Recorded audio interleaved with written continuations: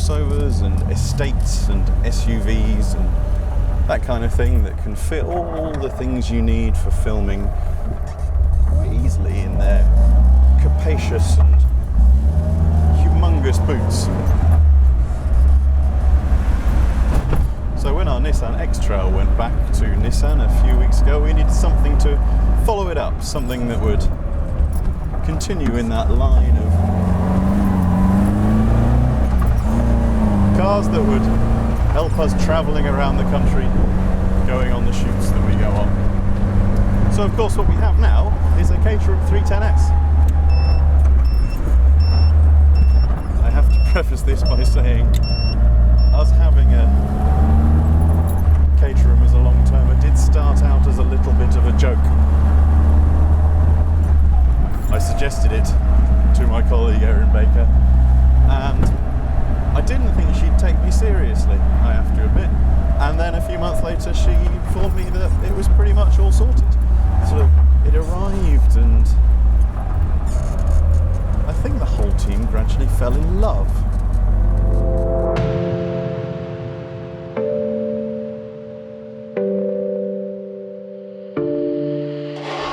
Caterham have been making Lotus 7 variants since 1973 when they were founded, around the same time that Lotus themselves stopped making Lotus 7s. It's the same formula, nothing has changed in all those years. You've still got the open-wheeled front with just some sort of token fenders to make sure that it complies with regulations. The engine's in front of me, taking up the majority of the car.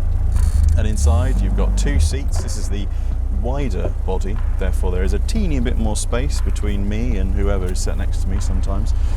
I mean, Caterham give you exactly what you need. I mean, you can talk about sparse cabins elsewhere, but this really takes the biscuit. I've got a speedometer, I've got a rev counter, I've got oil pressure, I've got coolant temperature, I've got a not exactly accurate fuel gauge, and that's it.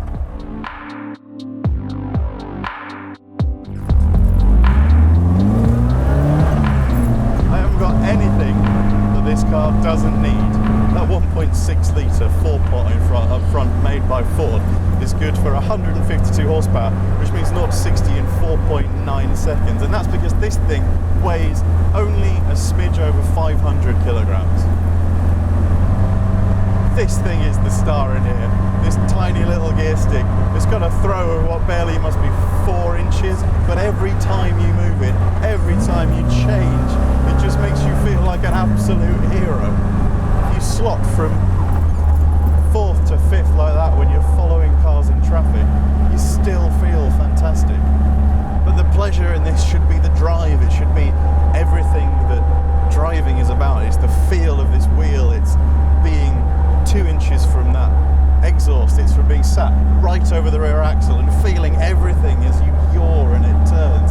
It's being able to just spike the throttle every now and then to just help the car get around the corner. It's fabulous. It's absolutely everything you want, and there is no compromise. Why would you need any of those things in a normal car? Why do you need the sound deadening? You've got earphones these days. Why do you need a roof? I mean, there's more than just a little plastic thing that folds into a boot. It does have a boot, by the way. It's about that big. It'll take a couple of small bags. But I mean, what more do you need at the end of the day than 4 wheels, a gear stick, and a steering wheel?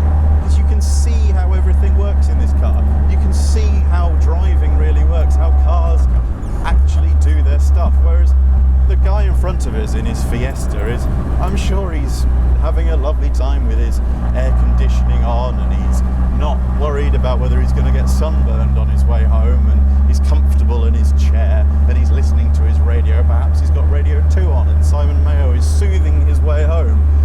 But he doesn't get to watch the suspension work. He doesn't get to hit a bump and feel the jolt and just watch as it bounces up and down.